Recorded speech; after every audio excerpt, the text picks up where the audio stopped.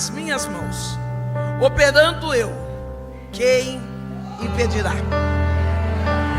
Essa palavra é uma palavra que tem me sustentado ao longo da minha vida. Porque quando eu olho para o livro de Isaías, o profeta messiânico, eu observo nessa passagem que tem como epígrafo: só Deus resgata a Israel. Eu começo a olhar um profeta que chega diante de um povo que já tinha vivido momentos bons, mas estavam passando momentos de adversidades. Eu entendo que os momentos de adversidade são momentos para que Deus possa moldar o nosso caráter. Dá uma olhada para o teu irmão e diga: a adversidade é a oportunidade de você moldar o seu caráter. Eu venho de uma família instável, de uma família que, falando a grosso modo, nós éramos uma família de extremo estado de vulnerabilidade. Eu poderia dizer que na minha casa faltava comida, faltava tantas coisas materiais. Mas depois do momento em que eu conheci a Cristo, eu comecei a entender que o que faltava na minha casa era a presença de Cristo. Não, eu vou liberar melhor para você. Talvez você está dizendo: pastor, o que está faltando lá é um emprego, é uma carteira assinada, é uma criança, é isso, aquilo. Não, aonde tem Jesus, nós não sentimos falta de nada. Naquela casa de estado vulnerável material, a primeira casa que eu moro quando criança é uma casa com 7 casas no mesmo quintal. 7 casas no mesmo quintal, onde tinha uma mãe escondida, uma mãe embutida no seu interior, e um pai extremamente agressivo, um homem alcoólatra, um homem que era um show na rua, um homem que era amigo, que era parceiro, mas dentro de casa ele praticava todos os pilares da agressão doméstica. Um homem que trazia palavras de baixo escalão, um homem que adulterava no leito de dentro da própria casa. Eu tenho algumas cenas do meu pai registradas na minha memória, mas não como dor, só para testemunho mesmo. Meu pai, ele tinha o hábito de fazer xixi dentro da jarra e colocar na geladeira, para que nós viéssemos beber e tomar como se fosse suco. Eu lembro num aniversário da minha mãe, numa data específica, a minha mãe tão ansiosa, ela estava trabalhando de empregada doméstica, e ela tão feliz com aquele emprego. A patroa dela chega em casa com uma travessa mais ou menos desse tamanho de lasanha. O meu pai, com raiva da minha mãe, pega aquela lasanha e evacua em cima da lasanha. Eu lembro do meu pai batendo na minha mãe com panela de pressão. Eu lembro minha mãe tirando faca para o meu pai. E algo que me registrou muito, que nos finais de semana, o meu pai ia na porta do bar, ficava bebendo e me levava na feira, para que ali na feira eu aproveitasse e coletasse aquilo que sobrava, para nós levarmos como mistura da nossa casa. Os legumes se tornavam mistura da nossa casa. Interessante que eu achei que eu tinha superado, mas agora esses dias da campanha, estava eu, meu pastor, um povo andando, eu vi uns legumes no chão, eu abaixei para catar, falei: epa, ali eu não posso voltar mais. Tem coisas que são registradas dentro de nós, que nós precisamos decidir: nesse lugar eu não quero voltar nunca mais. Não, eu não sei quais foram as correntes do passado que tentaram te aprisionar, mas nessa noite eu vim para dizer que o Deus de resgate já está passando por aqui, e Ele está dizendo: esse lugar de dor, nunca mais. Eu lembro que em casa, eu falo esgoto, mas eu não tenho certeza se era esgoto ou se era fossa, porque eu era criança. Mas eu lembro que um amigo do meu pai teve um entupimento naquele quintal das 7 casas, e foi necessário abrir uma vala, e a vala foi dentro da cozinha da minha casa. Pastor, eu abro um parênteses, pastor Eduardo, se eu estou enxergando bem, o patriarca está aqui e o Tiago, se eu estou enxergando bem, senhor... Obrigado. Quando Aquele homem, um amigo do meu pai, vem e naquela casa, naquele quintal onde existem 7 casas, aquele homem abre uma vala. Eu não sei se o nome é fosso ou era esgoto na época, mas eu sei que o homem abre uma vala para que pudesse desentupir, para sair a sujeira de banheiro, de cozinha. E aquele homem não voltou para tapar. A minha mãe, às vezes ela colocava um papelão no chão. Mas eu lembro que um dia muito ruim, eu estava sentada almoçando para ir para a escola, e o que tinha de comida na minha casa era arroz com arroz. Eu olho para aquela vala e eu vejo fezes com um vestígio de carne e de cenoura. Eu começo a chorar e eu digo: mãe, esse cocô não é nosso, porque nós não comemos carne e nem cenoura. Eu sei o que é ser pobre, eu sei o que é viver mendigando afetos e coisas materiais. Eu sei o que é andar pela rua invisível pela sociedade. No meio dessas dores, eu comecei a minha alfabetização. Eu chegava em casa com os meus desenhos e eu dizia: mãe, pai, olha o que eu fiz hoje na escola.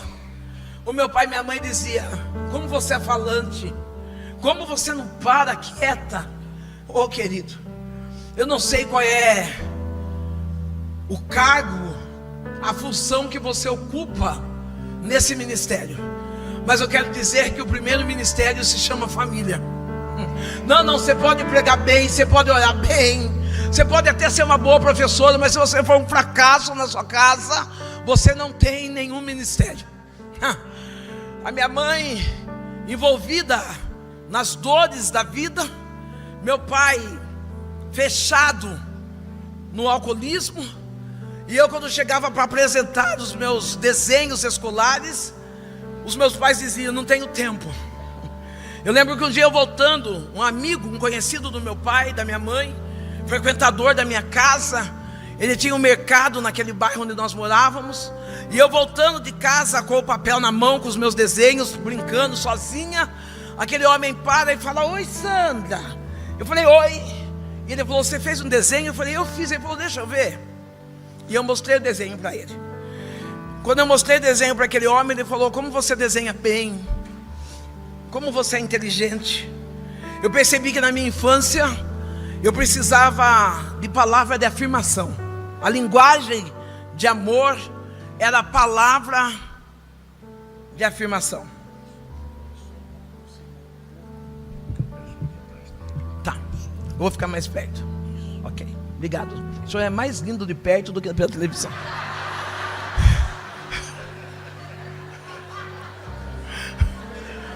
Não é fácil, gente. Quando aquele homem viu o desenho, ele disse: obrigado, família, obrigado, amo vocês. Quando aquele homem viu o desenho, ele olhou e ele disse: que desenho lindo, Sandra, como você é inteligente, como você é esperta. Linguagem de amor, afirmação. Eu era uma criança que eu não sabia quem eu era, e quando a gente não sabe quem a gente é, há uma necessidade de ouvir as pessoas dizerem quem nós somos. Ei, talvez você chegou aqui sendo uma dependente emocional. Talvez você chegou dizendo: ninguém disse que eu estou bonita hoje. Você, depois do amor de Deus, o maior amor que nós temos que encontrar é o amor próprio. Porque se você não amar a si mesmo, você não tem capacidade de amar ninguém. Não, para com esse negócio que você está chorando porque Paulo não te ama, Maria não te ama, Jesus te ama. E é necessário que você também aprenda a se amar. Se é para aplaudir, aplaude de verdade. O amor próprio cura as feridas da alma. Ninguém precisa afirmar quem você é. Quando nós conhecemos o Evangelho, nós temos a maior afirmação: Deus amou o mundo de tal maneira que Ele deu seu único Filho, que para todo aquele que nele crê não pereça, mas tenha a vida.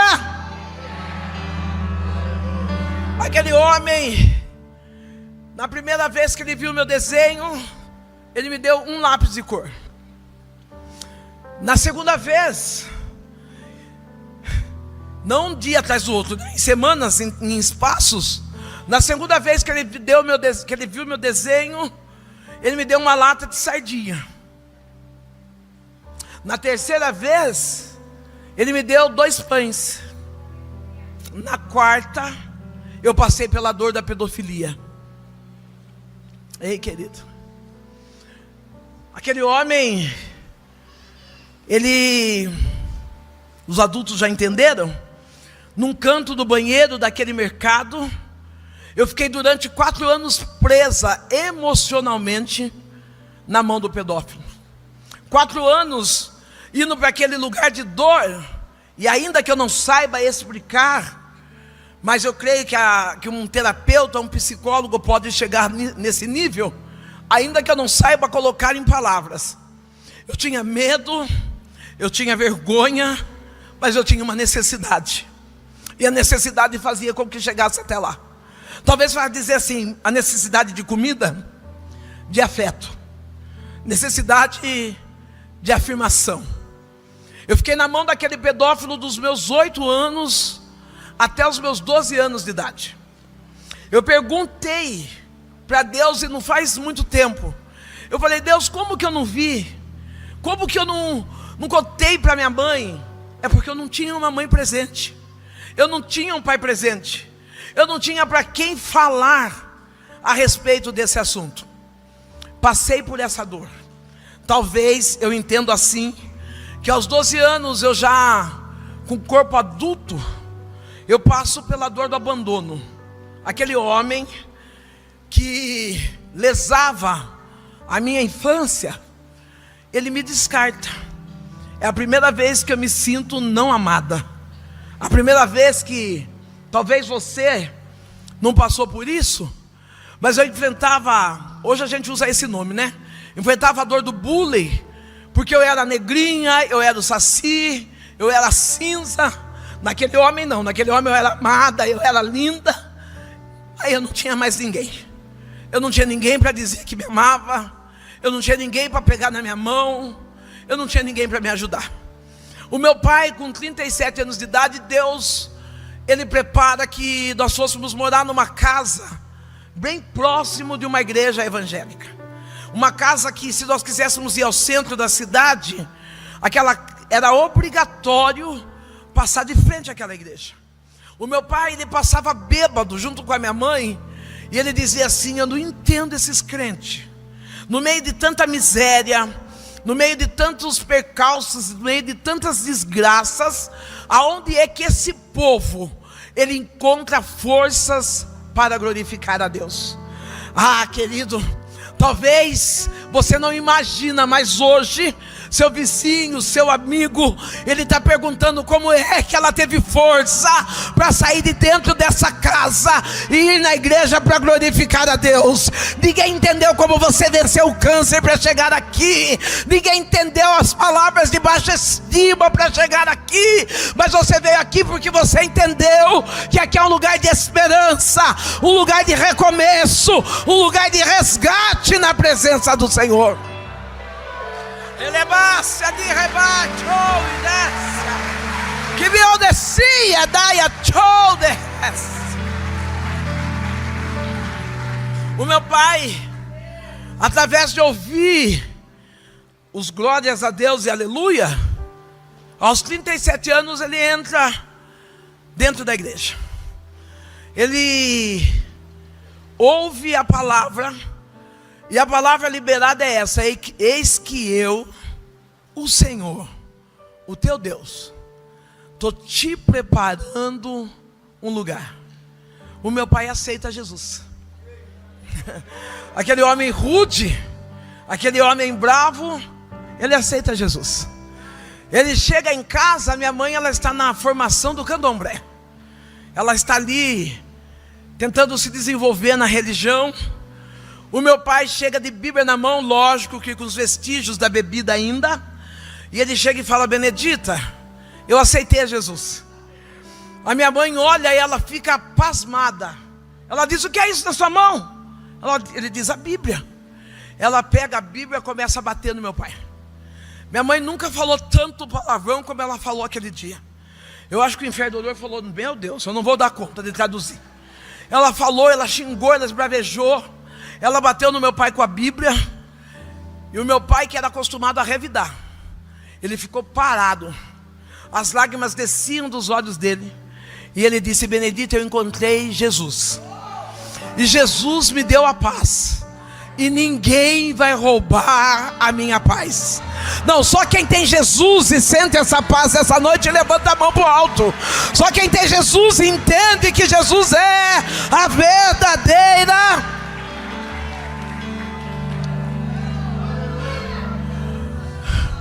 Ele aqui achou, ele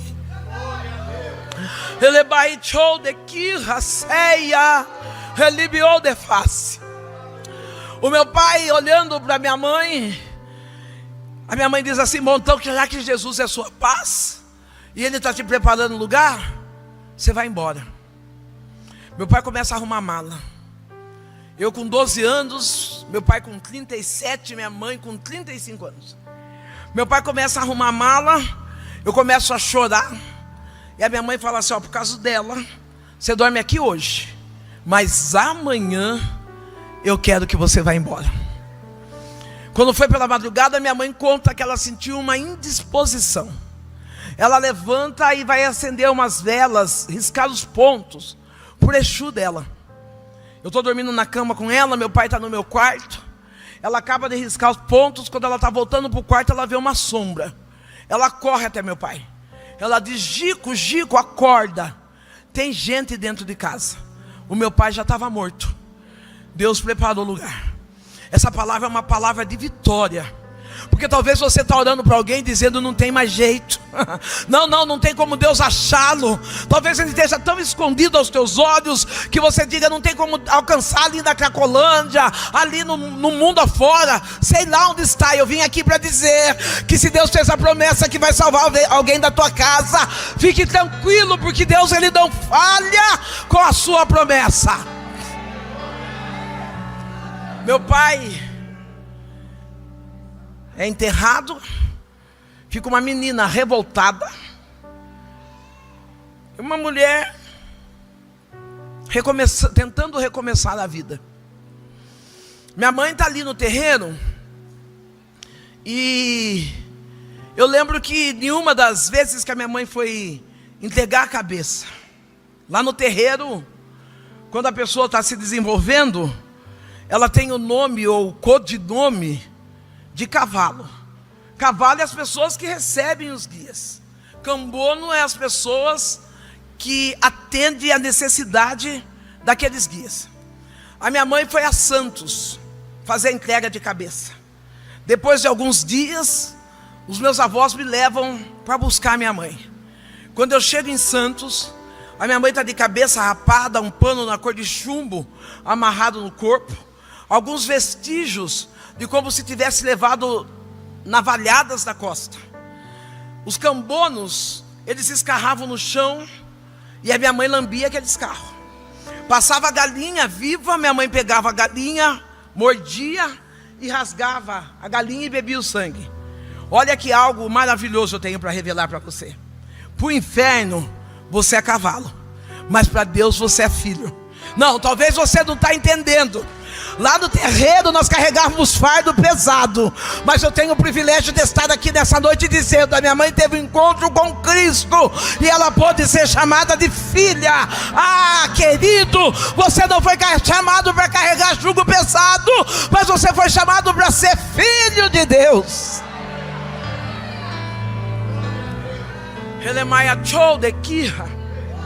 Você de blusa mostarda, fica de pé. Relemanda que o tira relibiou de face. Enquanto eu olho para você, eu vejo uma criança que passou dificuldades, algumas marcas dentro do peito. Aí o Eterno, que é poderoso, ele diz assim: eu venho até você como pai. Relemanda a choubia de li refaça. Eu vejo Deus Pai te abraçando nessa noite e dizendo: todo o apoio emocional que você não teve da sua família, eu, teu Deus, estou dando a você. Relebou de que renécia, porque tu sabe o que é desprezo familiar. Tu sabe que as pessoas que você dizia pai, mãe, tio, viraram o rosto, as costas para ti. Mas hoje o Deus Todo-Poderoso diz: você é minha filha amada. Eu curo as dores do teu coração e devolvo a tua identidade, diz o Senhor dos Exércitos. Aplaude a Eterno.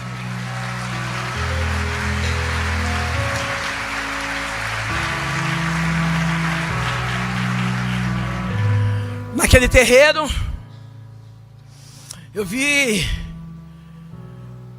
tantas coisas, mas eu não vim para falar da religião deles, eu vim para falar da nossa. Uma menina que está desestruturada, uma menina que, por conta da pedofilia, por conta da ausência do pai, por conta de afeto familiar, numa casa disfuncional, aos 12 anos, eu estou na prostituição. Eu não estou prostituindo por conta de dinheiro. Eu estou prostituindo por falta de amor próprio. Por não entender, por não ter família, por não ter alguém que me instruísse o caminho que eu devia andar. Com 12 anos eu já bebia, eu já fumava, eu já mentia. Às vezes a gente ensina os nossos filhos, né? Às vezes a gente olha e fala: meu Deus, que criança marota, que criança mentirosa.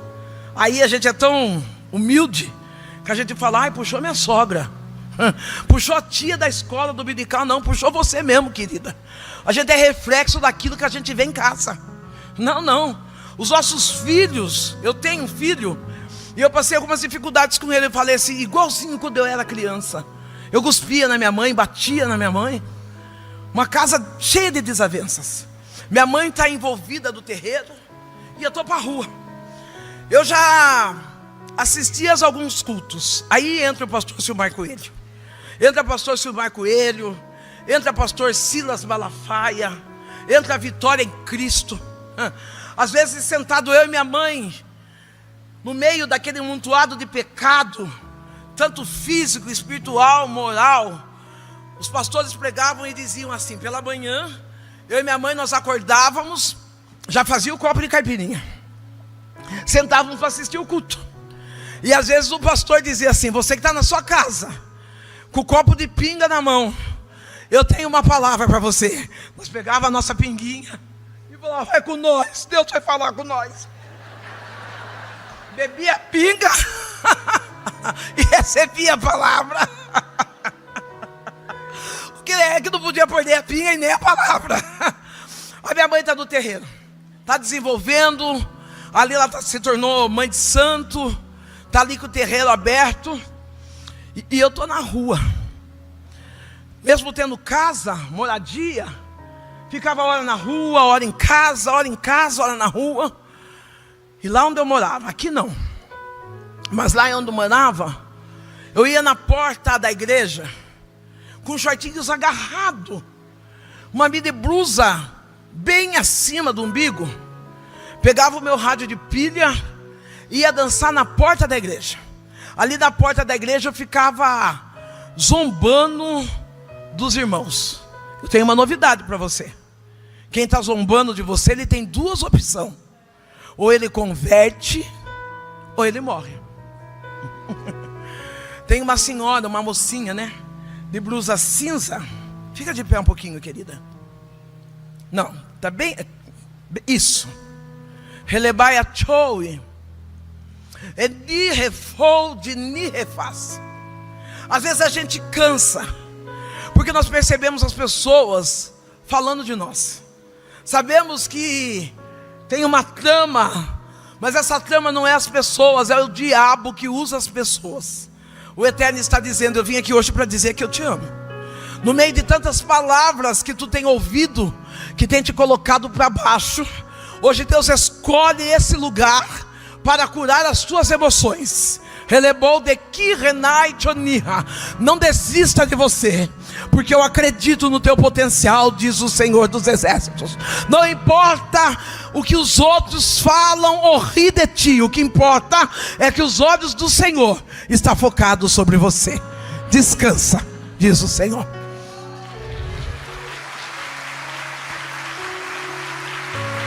Eu estou lá. O senhor fica de pé um pouquinho, querido? Eu estou lá, doente. Eu estou doente por conta do alcoolismo. Mas enquanto eu estou aqui, o meu Deus manda dizer: sou eu, Deus, que te saro. O médico dos médicos está te visitando hoje. Relemanda-se, renaia decoe. O Eterno diz: descansa, porque eu renovo as tuas forças. Eu vejo Deus fazendo como que um cateterismo no teu coração. E Ele diz: quando eu chego, eu não deixo sequela nenhuma, eu faço por completo. Oh, daqui, Deus forte como Jeová, não há outro Deus como o nosso Deus. No meio da bebida, eu na porta da igreja dançando, zombando dos irmãos. E naquela igreja tinha pessoas, aqui não tem, descanse. Mas na igreja que eu ia fazer bagunça, tinha algumas pessoas que ocupavam um cargo especial. Quarta pessoa da Trindade. Aqui não tem. Não, a quarta pessoa da Trindade, quando vê uma prostituta, ele fala: vai para o inferno. Quando vê um alcoólatra, ó, Satanás. Sabe o que me preocupa, pastor Silmar? Que a Bíblia diz que a chave do inferno não está na mão nem do diabo. O que será que está fazendo na mão desses crentes, hein? Ô, querida, você não foi convidado para mandar ninguém para o céu, não, para o inferno, não. Deus não te chamou para ser julgador. Deus chamou para você ser ganhador de almas. Não para com esse espírito de acusação, dizendo que para fulano não tem mais jeito. Eu estou apresentando um Deus de resgate, que por mais profundo que você esteja, Ele é suficiente para dar jeito. Tem uma moça que está com, se não é lenço, é cachecol, ajuda eu. Levanta a mão, querida, vai levantando até chegar a sua vez. Para de olhar para trás e olha para mim. Não, vai indo, vai indo, vai indo, vai indo, vai indo, vai indo. Esse senhor de cabelo prateado, atrás dela. Isso, aleluia. Aqui fez com o dedo assim, ó. Ô, sofrimento para levantar, meu Deus. Relebaia, súbia, fica de pé, sentou. Relemaia, relemanda soe, relide aqui da face. Assim diz o Senhor: sou eu o Deus que entro dentro da tua casa.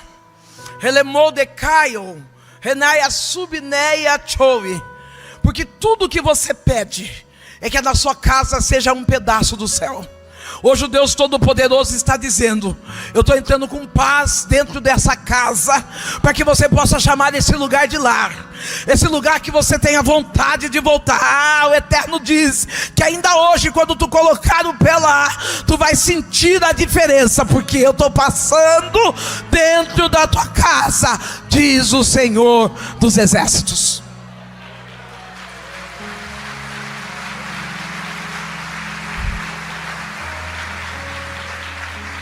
Enquanto eu zombava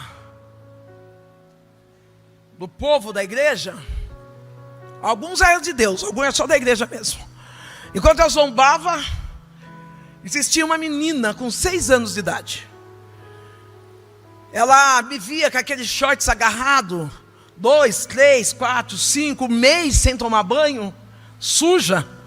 Ela saía correndo, soltava das mãos dos pais e vinha correndo até mim, me abraçava e dizia: ah, Sandrão, se tu soubesse como Jesus te ama. Talvez você não possa, mas eu espero que sim. Dê uma olhada para o teu irmão: ai, pastor, eu não vou com a cara dele. Vai com a sua mesmo e fala para ele: Jesus te ama.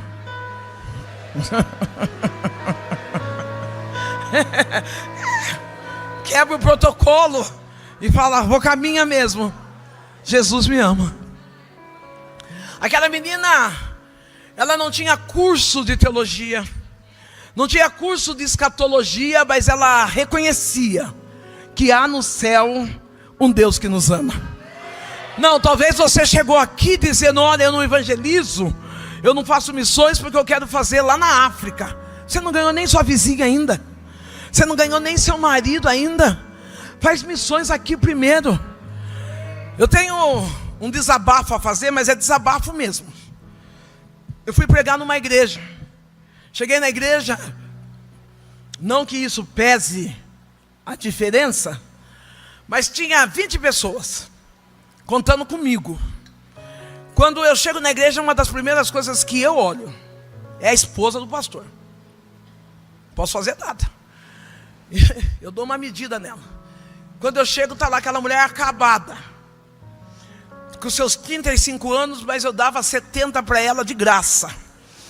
Ela estava com uma blusa furada, saia manchada de que boa, 7 anões, todos mortos embaixo do braço, e um bebê no colo. Ela veio me cumprimentar. Quando ela levantou, ficou o cheiro do suor dela no meu braço. E ela disse para mim: pastora, como a senhora é cheirosa. Eu sorri e entrei. A criança, pastor Silmar, dava 2, 3 sugadas no seio da mãe e saía correndo disparado na igreja. Acho que ela não estava aguentando o cheiro do sovaco da mãe. Mas o marido, quando levantou de terno, não vou dizer que era um terno Calvin Klein, mas homem com um bom terno já é bonito, né? Ele com terno, ele pregou e falou do amor que ele tinha pela África, da chamada que ele tinha pela África. E eu tô lá só observando, ele. Eu falei: será que ele está achando que eu sou africana? Fiquei ali olhando para ele. E aí, quando terminou a pregação dele, eu fui cumprimentá-lo. A esposa dele veio me cumprimentar novamente para a gente sair. Eu fui visitar a igreja. E aí, quando eu estou saindo, a esposa dele vira de novo e fala: você é muito cheirosa. Eu tenho um costume que eu aprendi com a minha mãe. Isso aqui é coisa de quem é das antigas. Como eu trabalho o dia todo, eu já saio com lenço umedecido, com desodorante, com perfume, porque se não deu tempo de tomar banho, faz um passa, repassa, dá uma espirrada e vamos. Eu sempre saio com o meu perfume na bolsa. Eu falei para ela: a senhora gostou do meu perfume? Porque perfume é pessoal. A senhora gostou do meu perfume? Ela falou: gostei. Eu falei: então eu vou dar para a senhora. Abri minha bolsa e dei para ela o perfume. Ela foi correndo para o marido. Ela falou: amor do céu, olha o que a pastora Sandra deu para mim. Perfume caro, importado. Ele pegou o perfume, falou: glória a Deus, a diaconisa Cecília está precisando mesmo. Eu não conheço, mas eu tenho um ranço dela. Eu não conheço essa Cecília, mas eu estou avisando todo o culto: Cecília, se eu te pego cheirando o meu perfume, ô querido, para de cuidar da mulher dos outros e começa a cuidar da sua. Para de ficar olhando a necessidade da casa dos outros e começa a olhar a necessidade da sua casa. Quantas pessoas estão vivendo ministérios frustrados porque está com sonho de África, de Etiópia, de Alemanha, e não está fazendo nada pelo nosso Brasil, não está fazendo nada pelo nosso bairro. Chegou a hora de você levantar nessa noite, sair aos 4 cantos dessa Tucuruvi e dizer para a prostituta, para o drogado: eu estou na igreja e eu conheço um Deus que me deu esperança, e esse Deus que me deu essa esperança, Ele te ama. Chegou a hora. Aquela menina, ela, humanamente ou espiritualmente falando, ela tinha mais forças do que um adulto, porque o adulto corria, o adulto se sentia constrangido com a minha presença, mas ela corria para os meus braços e dizia: Jesus te ama. Um dia, sem o menos esperar, ela chega em casa, já contei no início que eu morava próximo à igreja. Ela chega em casa e ela diz assim: Sandrão, vai ter culto na minha igreja. Eu falei: ela falou: meu pastor disse que quem levar uma visita vai ganhar um presente. Eu já disse para os meus pais que a minha visita é a Sandrão. Eu olhei e falei: meu Deus. Eu já tinha visto aqueles cultos que os pastores, as pessoas caíam, né? Para onde você vem, para onde você vai, qual é seu nome? Eu falei: eu estou lascada. Até o pastor entrevistar tudo que está aqui, não vou sair tão cedo da igreja não. Eu olhei para ela e falei: meu Deus. Ela falou: eu sorri e falei: vamos fazer um combinado? 6 aninhos. eu só vou na sua igreja o dia que você for na minha. Ela sorriu, embora ela não soubesse quem eu era.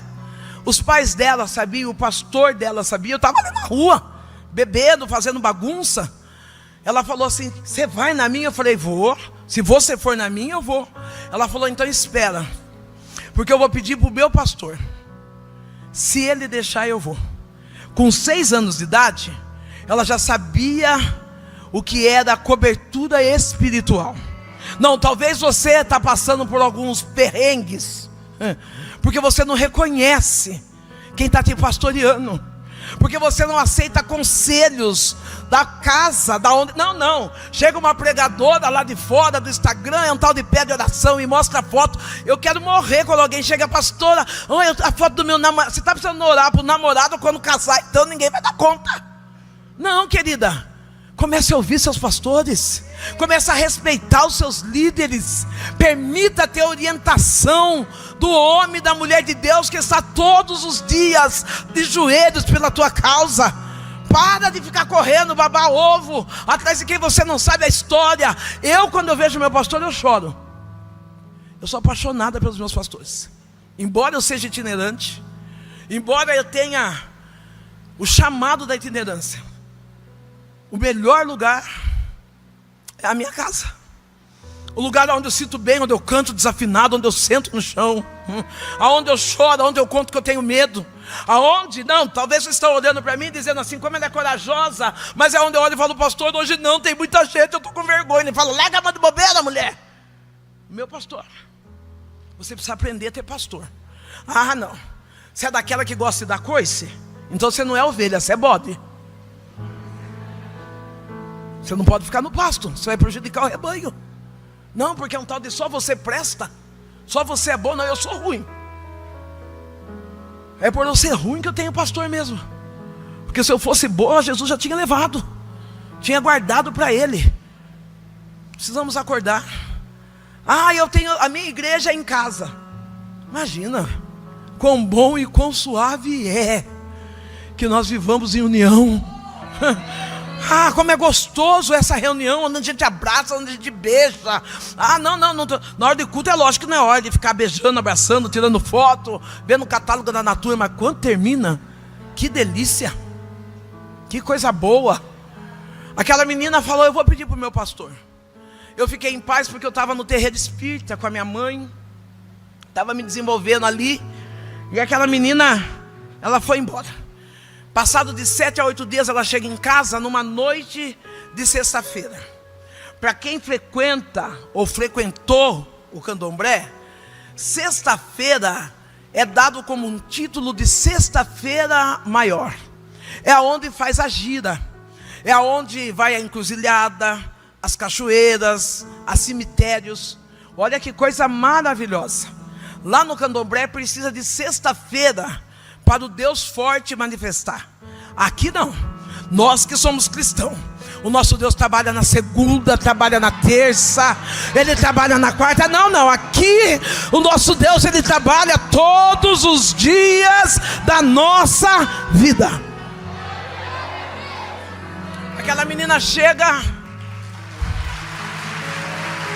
toda honra e toda glória seja dada ao nosso Deus.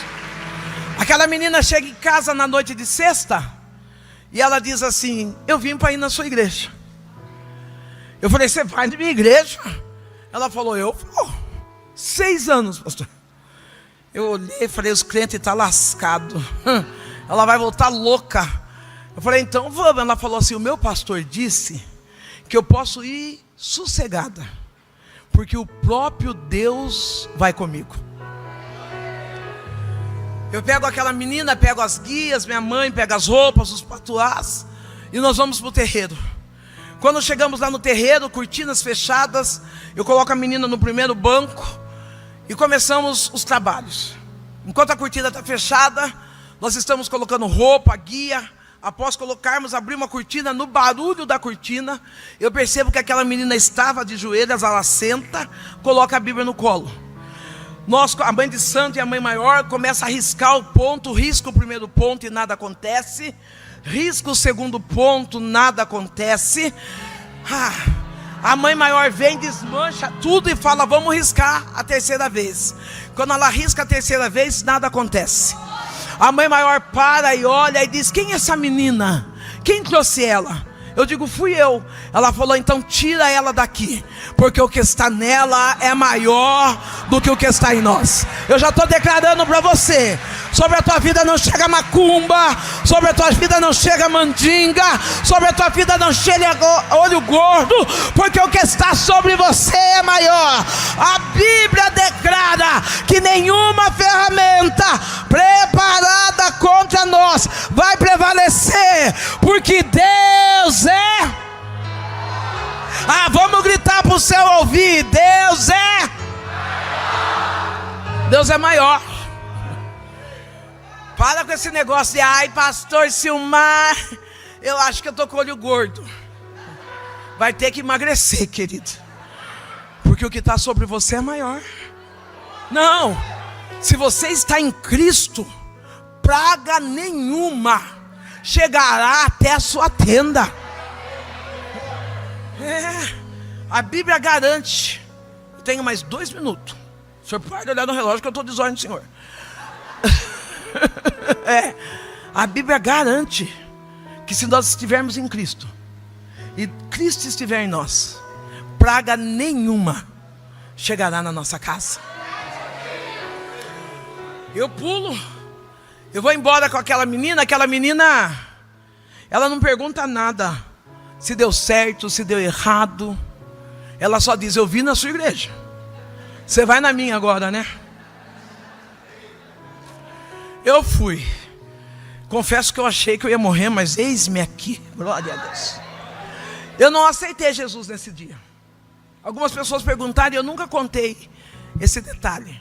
Eu recebi a palavra nesse dia. Sabe por que eu falo isso hoje? Porque eu lembro que eu recebi a palavra, que eu chorei. Eu lembro dessa menina segurando na minha mão e dizendo: aceita Jesus. E eu lembrava dos pactos que eu tinha com os meus guias, com os guias que eu servia na época. Mas eu também lembro que depois que eu saí da igreja, nunca mais eu esqueci que Jesus me ama. Eu tentava prostituir, eu lembrava: Jesus me ama. Eu ia roubar, eu lembrava: Jesus me ama. Eu ia sair com o marido dos outros: Jesus me ama. Ei, vou dar uma dica para você que é crente chato. Você já não trouxe? Já não veio na igreja? A semente já foi plantada. Agora para de ficar atormentando a cabeça. Deixa que o próprio Espírito Santo vai fazer a vez. Não. Tem gente que perde a casa e a família porque encharca a semente. Porque você viu, você foi, você não aceita. Deixa, fica tranquilo, porque o próprio Espírito Santo vai regar essa semente. Hoje eu estou aqui com o privilégio de dizer que eu tenho 32 anos de evangelho. Eu nunca me desviei, porque eu sou forte. Imagina. É porque Deus é bom. Hoje eu estou aqui dizendo que eu tive o privilégio de servir a Deus juntamente com a minha mãe. Uma mulher que me impulsionou a ser o que sou hoje. Me ensinou o que é ter fé, o que é fazer propósito e o que é andar com Cristo. No ano de 2017, a minha mãe faleceu. Eu lembro que eu cheguei em casa, diante de algumas dificuldades que eu estava enfrentando. Eu chego em casa, a minha mãe diz: filha, eu vou morrer. Minha mãe estava tão bem como eu estou agora. Eu falei: mãe do céu, morrer agora que eu estou nessa prova? Não dá para esperar passar a prova? E quando ela foi contar, eu recuei. Passado algumas horas ela passa mal. Eu vou parar com a minha mãe no hospital em Boituva. De Boituva nós vamos para Sorocaba. E quando chega em Sorocaba, ela diz: deixa eu contar para você, filha. Eu falei: conte. Eu tive um sonho. E nesse sonho eu subia uma escada enorme. Lá na ponta tinha um homem vestido de branco. E eu me cansei. Eu estava subindo a escada e eu senti um cansaço. E eu falei para aquele homem: eu vou descer, eu vou descansar e vou cuidar da Sandra. E aí aquele homem não se voltou para mim, mas reluzeu uma grande luz. E ele disse: você vem comigo, e da Sandra cuido eu. A minha mãe me abraça e ela me deixa 2 palavras. O escolhido não tem escolha. Ei, talvez você está aqui e está tô rouca, não consigo cantar hoje. Você é escolhido. Você não tem escolha. Não, ai pastora, briguei com meu marido. Você não tem escolha. Foi Deus quem te escolheu. Quantas vezes eu subi no altar sem condições de nada, moída pelas provas da vida, mas eu lembrava, não fui eu quem escolhia Jesus, foi Jesus quem me escolheu. Eu não posso retroceder. Eu não tenho escolha. Quantas das vezes, inspirada na pregação do pastor Silmar, eu lembrava a respeito da maratona, do medalhista, que ele mesmo capengando, ele chegou até o final, cumpriu a meta. Muitas das vezes eu chegava capengando na igreja, mas eu dizia, eu não posso parar, eu preciso cumprir a minha meta, que é pregar a palavra e ganhar almas para Jesus. Eu quero declarar nessa noite, você não para, você não desiste, porque você já entendeu que você é escolhido, e o escolhido não tem escolha. A minha mãe também me disse assim, carregue a sua cruz, não arraste. Tá feio esse negócio de ficar chorando na padaria, sorveteiro, no mercado. Não abre o Instagram, vê um negócio lá, oi, só você tem Instagram? Alecrim dourado. Indireta é para mim. Não, só você tem. Não, querida, você é escolhida, você não tem tempo para perder com isso não. Você não tem tempo para estar olhando. Não, tem gente que fica preocupado que meu nome está no Fuxico Gospel. Eu não quero saber se está no Fuxico Gospel, se está nos Assembleanos de Valor. Eu quero saber se está no céu. Estando lá, o negócio está aí eu não estou nem aí. Se eu for parar para olhar as críticas, eu lembro que Neemias disse, por que eu vou parar? Eu estou fazendo uma grande obra, eu não posso descer. Quando você vai tirar satisfação com quem está abaixo, você tem que descer o nível. Ei, Deus te chamou para subir o nível, para você carregar a sua cruz e caminhar avante, constante, porque você já sabe que você é um escolhido. Eu louvo a Deus por tudo que Ele tem feito na minha vida e que ainda vai fazer. O Senhor, há 32 anos, Ele... Se o grupo de louvor puder vir, que eu quero desafinar agora. Tem que avisar o que vai fazer para não ter problema, né? Há 32 anos atrás, quantos acreditam em promessa?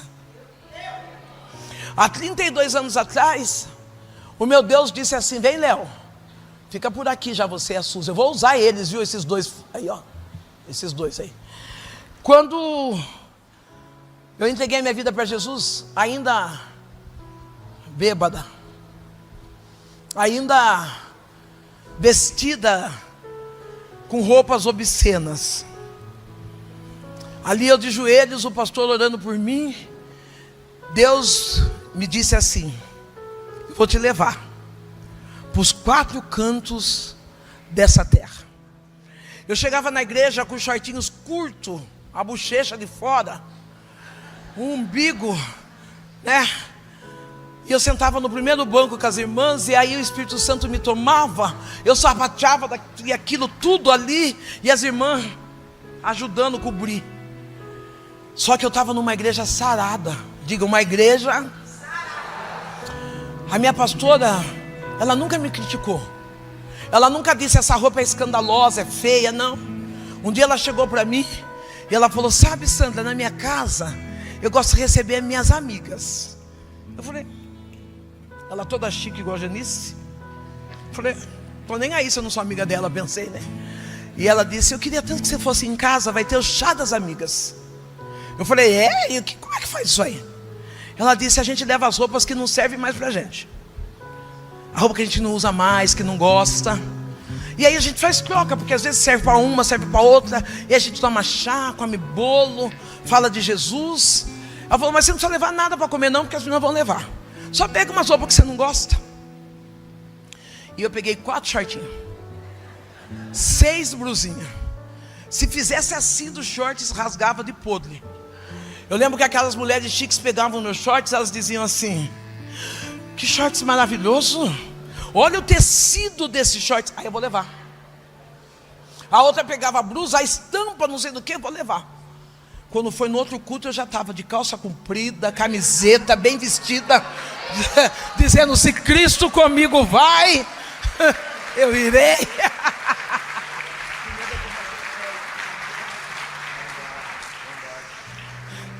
Ô querido, acusar é tão fácil, mas é tão bom incluir, é tão bom trazer as pessoas para perto. Eu tive uma igreja que me trouxe para perto. Esses tempos atrás, eu tenho um filho de 39 anos. Deus me fez a promessa que eu andaria pelos 4 cantos dessa terra. Eu vou simbolizar. Eu pensei que era Zona Leste, Zona Norte, Zona Sul e Zona Oeste. Falei, por onde eu andei? Aí Deus, na sua infinita misericórdia, o telefone toca lá em casa. Eu atendo, é a pastora Sandra? Eu falei, sou eu. Tudo bem, tudo bem. Querida, eu queria convidar a senhora para vir pregar aqui na Inglaterra. Eu falei, eu vou, que bairro que é? Ela falou, na Inglaterra. Eu falei, já falei para a senhora que eu vou. Eu só quero saber que bairro que fica. Ela falou, não sei se é bairro. Eu só sei que tem que pegar avião. Por isso que eu perguntei se você acredita em promessa. Porque quando essa mulher ligou para mim, eu não tinha nem o passaporte. Sendo que Deus já tinha feito uma promessa. Ei, começa a se movimentar na promessa que Deus fez para você. Ainda que ninguém acredite no estado vulnerável, no estado de pobreza, Deus estava dizendo, é eu quem vou te levar. Então acredite naquilo que Deus falou para você. Meu querido, o senhor fica de pé.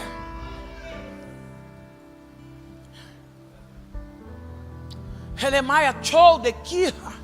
Enquanto eu falo do meu passaporte, Deus fala de documentação. Ele diz, sou eu que estou movimentando os papéis em teu favor. Tu disse assim, Deus, a situação está difícil, porque não é papel de agora, é papel de alguns anos. E tu colocou lá embaixo na gaveta e falou, é melhor eu apagar, esquecer. Mas o Eterno diz, sou eu que sou o engenheiro, sou eu que coloco o carimbo e faço o projeto. Descansa, que eu já assinei esse papel para você.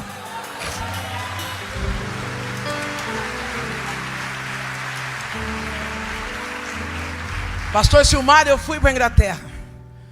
Eu não sei o que aconteceu, mas eu fui por Amsterdã. Eu tenho um inglês fluente. Já deu para perceber, né? Eu cheguei ali com a minha malinha de rodinha. Enquanto eu estou dentro do Guarulhos, está tudo certo, né? É nós, paz do Senhor. Aí, mano, subi no avião. Estava lá, travesseirinho, uma coberta. A Zé Moça, pastor Silmar, deixa eu e o meu inglês. A Zé Moça passava e dizia, sorry, sorry. Elas voltavam, sorry, eu dou um conselho para você. Se você não sabe falar inglês, coloque pelo menos dente para você dar risada para elas. Se você esquecer a dentadura no copo, você está lascado. Aí a moça parou perto de mim, chique, e ela disse para mim assim, it's me Brasil. Eu já não sabia nem quem eu era. Eu só fiz, falei, nem sei o que é, que não é Brasil que ela está falando. Fiz. E aí ela falou, o meu primeiro inglês. Daí ela fez assim, que sui céu ou se que sui ticket. Aí ela ficou do ladinho e falou, ticket. Falei, é isso, frango, asa, pena, seja o que for, é isso que eu quero. E eu fui. Eu aprendi uma lição nessa viagem. Eu desci em Amsterdã para fazer a conexão. Lá na conexão eu estou com a minha mala e eu vejo uma situação. Algumas pessoas passavam por lado de lá e outras entravam num quartinho. Eu esqueci completamente o lado de lá. Eu fiquei olhando no quartinho. Quando chegou a minha vez, o homem falou no celular, veio fazer o quê? Eu falei, vim pregar. Ele, quem chamou? Eu falei, pastora Diva. Você conhece ela? Eu falei, pelo celular. Você não viu ela? Eu falei, não. Ele falou, quartinho. Eu cheguei no quartinho, uma angolana falou para mim: é deportada? Eu falei: o que é, moça? Você vai voltar? Eu falei: não vou. Eu falei: já contei para minha cidade, para todo mundo que eu estou indo da Inglaterra, mas nunca que eu volto. Eu fico aqui até amanhecer. Eu abri minha bolsa, procurei uma carta e eu cheguei na Inglaterra. Pela misericórdia de Deus, uma mulher que era uma menina de rua, que passou por rejeição familiar, pela pedofilia, por um casamento que não deu certo. O Senhor, meu Deus, tem me levado aos 4 cantos dessa terra. Deus me levou à Inglaterra, a Londres, a Portugal, agora eu vou à Itália. Eu estava no aeroporto com meu filho e a minha mala foi extraviada. Meu filho ficou bicudo. Eu falei para ele: larga a mão de ser bobo. Até ontem você era pobre, nem mala tinha, você está no aeroporto, filho. O importante é chegar lá. Você vai com roupa, sem, o negócio não está nem aí. Vamos embora, chegar lá a gente resolve. E eu trouxe uma lição. E eu paro aqui. Quando eu me converti, meu filho tinha 6 anos de idade. Quando ele fez 8 anos, a igreja fez uma excursão para o Play Center. Eu não tinha dinheiro para a excursão, mas eu tinha uma criança que queria ir como as outras crianças. Trabalhei, faxina, arruma daqui, dali. Peguei uma garrafa plástica, coloquei suco. Peguei um pouco de bolacha doce, salgado, paguei a passagem, passaporte, Play Center. Quando eu chego da porta do Play Center, o moço fala: olha, aqui você não pode entrar com alimento, só pode degustar. Não degustar não, só pode comer. A coisa de vender aqui. Eu olhei para ele e falei: pelo amor de Deus. Eu com uma criança de 8 anos do meu lado, eu falei para ele: pelo amor de Deus, deixa eu entrar. Eu não tenho dinheiro. O que eu tenho é o que está dentro dessa bolsa. E ele sorriu para mim, e eu com a lágrima descendo, segurando, disfarçando para o meu filho não ver. E ele falou: você entra. Se o fiscal achar, ele vai pegar. Eu falei: não vou deixar ele achar. Parece que eu entrei no mercado, o devorador entrou junto com o estômago do meu filho. Na primeira meia hora ele já tinha comido a bolacha e bebido que suco. Eu falei: Deus do céu, ainda tem umas horas para continuar aqui. Eu achei uma estratégia. Tinha aquelas moças charmosas que come 2, 3 pedaços do lanche e joga. Eu ia lá escondido, enquanto meu filho estava brincando, pegava o lanche do chão, mordia onde a pessoa tinha mordido, comia e ficava segurando o que sobrou na minha mão. Meu filho às vezes dizia para mim assim: ai mãe, a senhora está comendo mais do que eu. Eu pensava: se ele soubesse de onde está vindo esse lanche, de onde está vindo essa pipoca. E agora, quando foi esse ano, entrou um espírito opressor, uma tristeza tão profunda dentro de mim. E eu lembrei do meu filho comendo o que sobrou. E aí Deus falou para mim o que está no Salmo, nesse livro de Isaías, no capítulo 16. Não considerei as coisas passadas, nem lembrei das antigas. Eu estou fazendo uma coisa nova. Talvez você está tão preso às dores do passado e não está valorizando o que está acontecendo no seu presente. Aí o Senhor me trouxe a lembrança: seu filho pode até ter comido o resto lá no Play Center, mas esse ano você passou as férias em Orlando, na Disney, com seu neto. Ei, querido, fica de pé nessa noite. Eu não sei o que você viveu no passado, mas eu sei que Deus tem um futuro brilhante para a tua vida. Eu não sei qual foi a tua história do passado, mas o que eu sei é que a bondade de Deus está te seguindo, te guiando, e você vai viver o extraordinário de Deus. Oh!